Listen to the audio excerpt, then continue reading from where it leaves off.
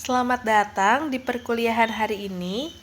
Di pertemuan kedua ini, kita akan belajar tentang konsep-konsep lanjutan dalam Java yang akan membantu teman-teman menulis kode yang lebih terstruktur dan mudah dipelihara.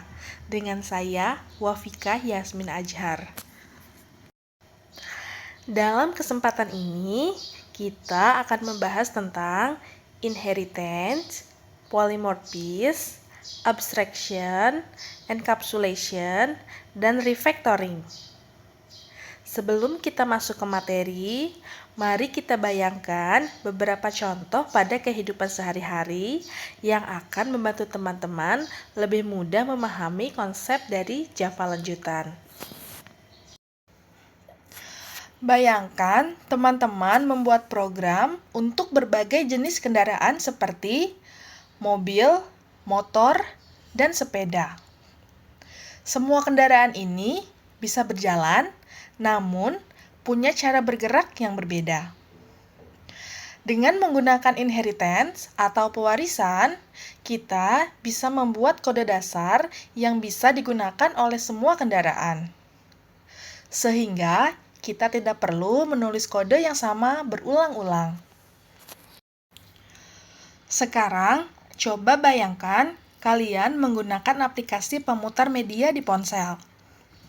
Ada tombol play di aplikasi musik dan tombol play di aplikasi video. Meskipun tombolnya sama, yaitu untuk memutar media, cara kerjanya tentu berbeda antara musik dan video. Nah, itulah yang disebut polymorphism dalam OOP.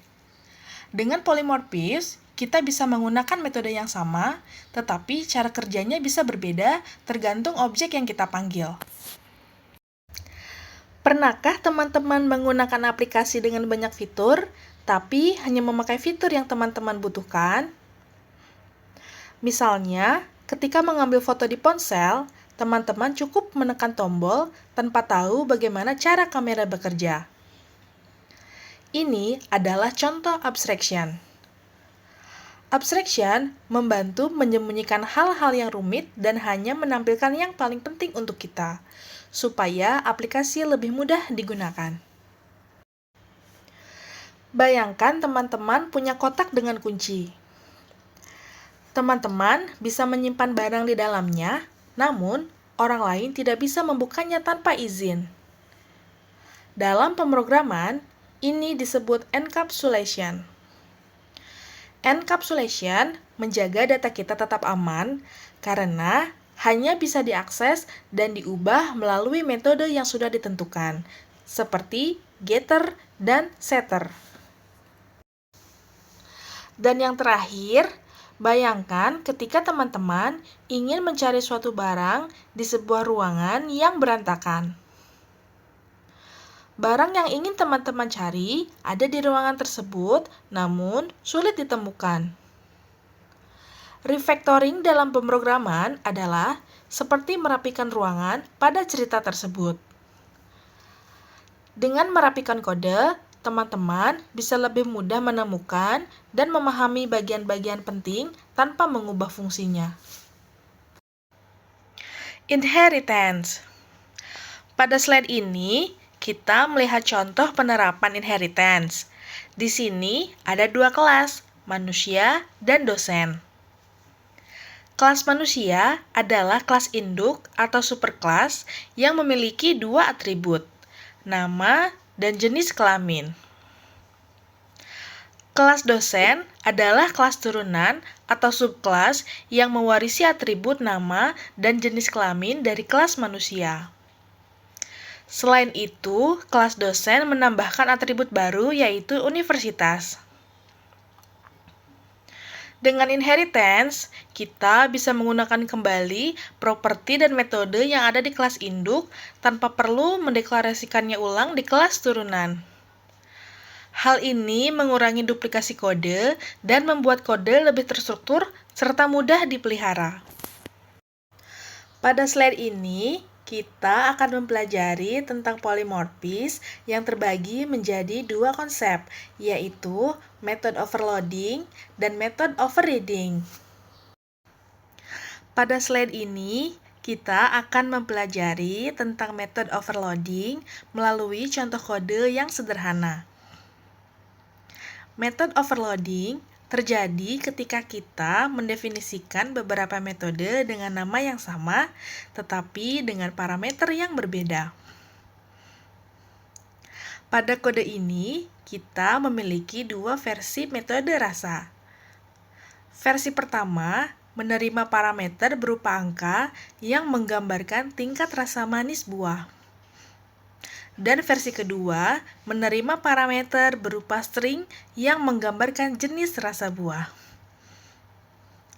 Method overloading membuat kode kita lebih efisien dan mudah dipahami tanpa perlu membuat banyak metode dengan nama yang berbeda. Selanjutnya, kita akan membahas tentang method overriding. Method overriding terjadi ketika subclass mendefinisikan ulang metode yang ada di superclass dengan implementasi yang lebih spesifik. Di sini, kita memiliki dua kelas, yaitu hewan dan anjing. Kelas hewan memiliki metode suara yang mencetak hewan bersuara. Kemudian, kelas anjing mewarisi kelas hewan dan mengoverride metode suara untuk mencetak anjing menggonggong. Dengan method overriding, kita bisa memberikan implementasi yang lebih spesifik sesuai dengan jenis hewan. Abstraction. Abstraction adalah konsep yang menyembunyikan detail implementasi dan hanya menampilkan fungsionalitas yang diperlukan. Salah satu cara untuk menerapkan abstraction dalam Java adalah dengan menggunakan abstract class. Abstract class adalah kelas yang tidak dapat diinstansiasi. Artinya, kita tidak bisa membuat objek langsung dari kelas ini. Sebaliknya, abstract class berfungsi sebagai kerangka dasar bagi kelas lain yang akan mengimplementasikan metode-metode abstraknya. Pada kode ini, kelas mobil dan sepeda mewarisi kelas kendaraan dan mengimplementasikan metode bergerak sesuai dengan cara masing-masing kendaraan bergerak.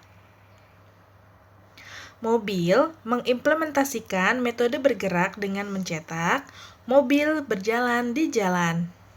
Sementara sepeda mencetak sepeda di kayu. Selanjutnya, encapsulation. Encapsulation adalah proses menggabungkan data seperti variabel dan metode dalam satu kesatuan, yaitu kelas. Dengan encapsulation, kita dapat menyembunyikan data dari akses langsung dan hanya memberikan akses melalui metode tertentu seperti getter, yaitu untuk mendapatkan nilai, dan setter untuk menetapkan nilai. Pada kode ini, kita memiliki kelas dosen dengan variabel private nama.